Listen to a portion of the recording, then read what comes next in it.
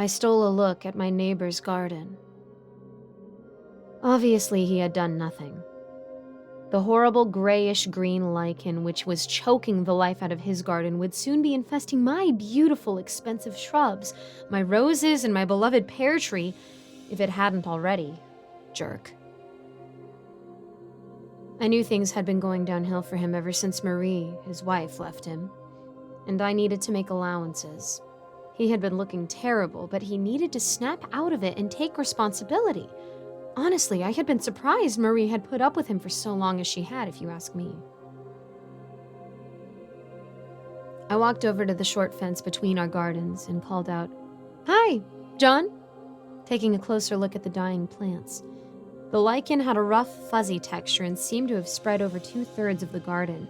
His 2 trees were twisted, looking dead.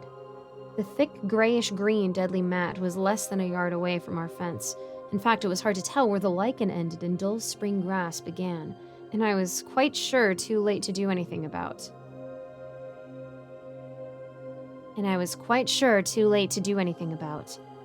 It was nothing like I had ever seen before, and I hadn't been able to find much information online either. "John?" I called again. There was a silence, and I wondered whether I should call my husband. I could hear him clattering about in the kitchen. Then the back door of John's house squeaked open and he stepped out onto his deck. He screamed out profanities at me to leave him alone. I stared at him, speechless with shock. But it wasn't at his words. In the bright morning sun, I could clearly see his body and face were being covered in the lichen.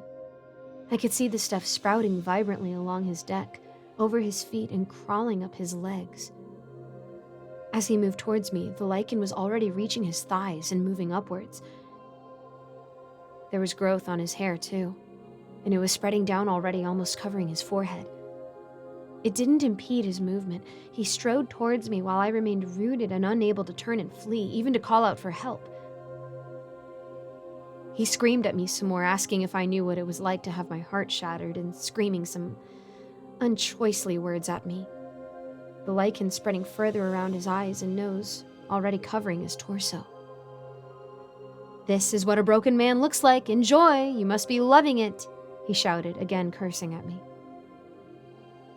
Even in the surreal terror of the moment, I couldn't help flinching at the forbidden word he used, and the slight movement seemed to break my paralysis. I screamed for my husband and turned to run inside. Immediately, I tripped over a pear tree root which seemed to have emerged from the soil only a second ago. I felt something crawling up my bare legs, covering them. I looked up at the beautiful branches of my tree, which I loved so much, patterning the blue sky. John was screaming at me over the fence, but his voice was being muffled, and I knew without looking that it was being filled with the lichen. Struggling to get up, I managed to raise myself, although my legs were now firmly pinned to the earth by the invading lichen. I glimpsed the man-sized lichen-covered figure that had been John, and then, oh, thank God, finally my husband appeared, wielding a kitchen knife. His eyes wide with horror, he cut back the lichen even as it was growing at my waist, freeing my legs and yanked me up. We ran holding hands, faster than we had probably ever ran since we had been school kids. Fear prompted us to leap up our deck stairs like deer, and we dashed in, slamming the flimsy kitchen door shut. The lichen was crawling up the deck stairs.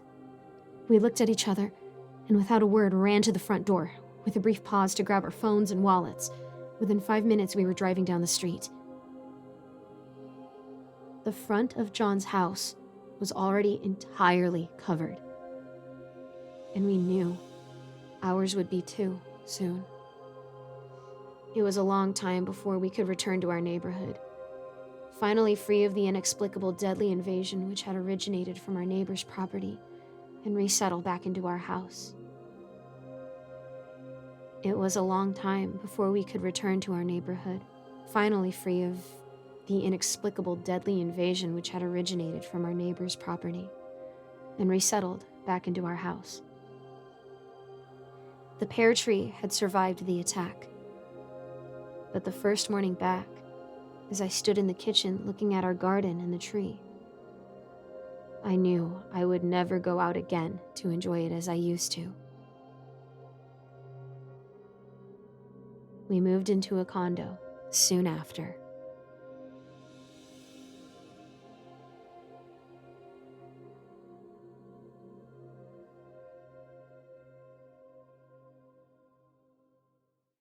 Thank you so much for making it to the end of this video.